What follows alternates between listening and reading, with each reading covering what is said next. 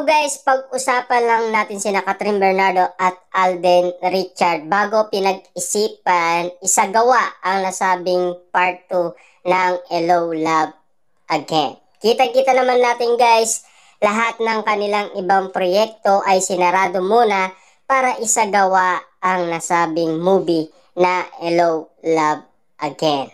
At kitang-kita naman natin guys kung sakaling ito ay matapos na, ano kaya ang magiging resulta sa kanila. Ika nga kasi guys ni Christopher Min sa kanyang social media account, sa kanyang YouTube channel, ang sabi niya kasi guys, Katden hindi na daw takot sa separation anxiety. Diba?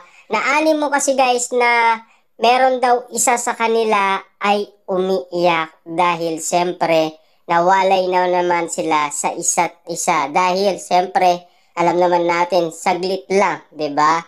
After ng kanilang movie, wala na naman, 'di ba? At siyempre alam din natin guys, meron silang kanya-kanyang ginagawa, 'di ba? Pero sa pagkakataong ito, alam naman natin masaya pa sina Catherine Bernardo at Alden Richard, 'di ba? At lalong-lalo na guys, hindi na daw takot ang Katden sa magiging resulta nito sa kanila.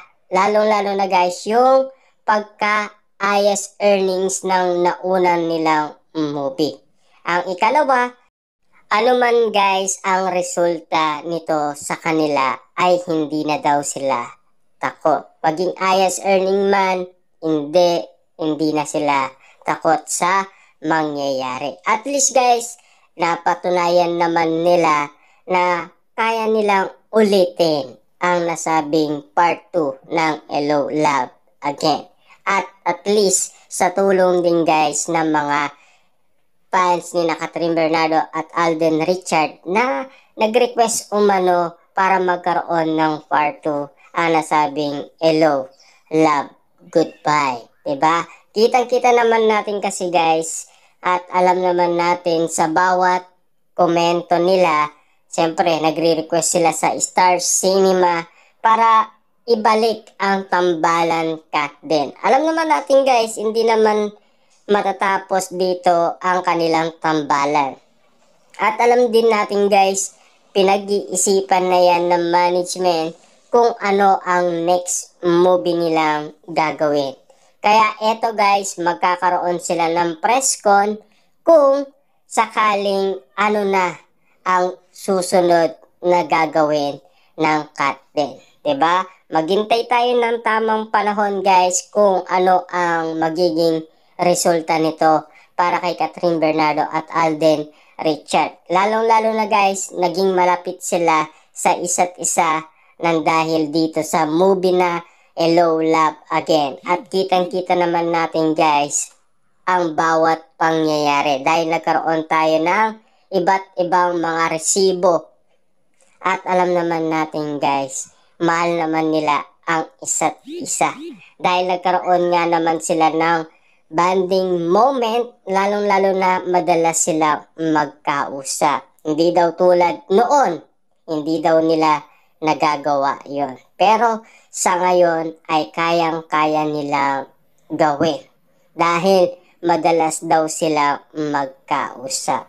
Kitang-kita naman natin guys sa mga mata ni Alden Richard at Catherine Bernardo kung papaano sila kasaya sa ginawa nilang movie. 'Di ba? Ang kanilang pagbabalik.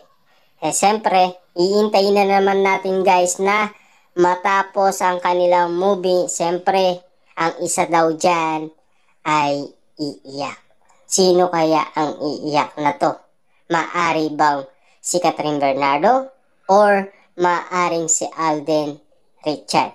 Dahil alam naman natin guys, si Alden Richard, ang sabi niya noon, magkaroon man daw ng part 2 ang nasabing movie nila ni Catherine Bernardo, lahat daw ng kanyang project ay siyempre i-close niya yon, 'di ba? At uunain niya daw ang kanilang movie ni Catherine Bernardo.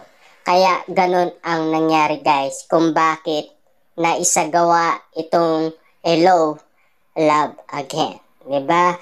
Kaya, siyempre, kailangan din natin kasi guys malaman kung ano ang resulta nito after matapos ng kanilang movie. Siyempre, alam naman natin guys, iniintay pa natin ang gagawin nilang next movie.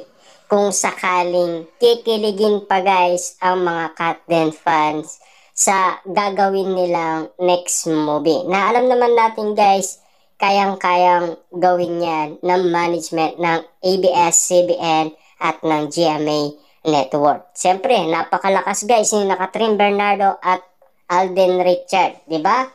Ticket pa lang ubos na, 'di ba? Yung unang ticket na naibenta ni Kathryn Bernardo at Alden Richard, 'di ba? Paano nga naman guys, hindi sila gagawa ulit ng panibagong movie kung ganyan sila kalakas sa masa, 'di ba? At ang tingin ba natin guys, ganun pa rin ang magiging resulta nito. Pero para kasi sa Katden guys, hindi na sila tukot sa resulta. Pero kung ano man guys ang resulta nito, kailangan din natin tanggapin, 'di ba? At kung maging highest earnings din siya, mas nag-level up pa siya, at least meron sila napatunayan, 'di ba? At alam naman natin guys, susuportaan yan ng mga fans ng Katden. Dahil alam naman natin, tutulong at tutulong daw sila para lumakas ng lumakas ang Katden. Sa ginagawa nila guys, siyempre, happy sina Kathryn Bernardo at Alden Richard. Hindi lang naman sila guys ang nagpro-promote dahil ginagawa din natin para matulungan din sina Kathryn Bernardo at Alden Richard. Ano man guys ang i-update sa atin ng Star Cinema, yan ay binibigay ko sa inyo para at least magkaroon kayo ng updated sa Katden. Alam naman natin, yan ang isusukli natin para sa ating idolong si Kathryn Bernardo at Alden Richard. Siyempre, malungkot din tayo kung ang resulta katakot-takot, 'di ba? Siyempre, kailangan din natin tanggapin 'yon. Ano man ang magiging resulta. At least, nakita natin maligaya si Kathryn Bernardo at Alden Richard, 'di ba? Kesa naman last 2023 makita natin si Kathryn Bernardo na napakapayat dahil marami nga naman guys na awa sa kanya. Pero ngayon guys naka-recover na rin si Kathryn Bernardo sa kanyang kalusugan. Doon pa lang guys malaking pasasalamat na natin dahil bumalik na ang sigla ni Kathryn Bernardo, 'di ba? Lalong-lalo na guys, pasasalamat din yan ni Alden Richard dahil nakatulong din siya para at least makapag-move on ng mabilisan si Kathryn Bernardo. Dahil naitanong naman yan guys ng mga Katden fans kung musta na ang puso ni Kathryn Bernardo. Nasabi nga ni Kathryn Bernardo guys, okay na. Ibig sabihin lang nun, handa na siyang muling umibig. Dahil alam naman natin, sa unang pagmamahal niya ay nasaktan siya ng todo. 'Di ba? Kitang-kita naman natin kasi guys ang mga sinabi niya sa atin. Dahil nalaman natin lahat. Hindi lang naman tayo guys, pati sina Mami Min Bernardo at ang daddy ni Kathryn Bernardo ay nalinawan sa lahat ng mga nangyari.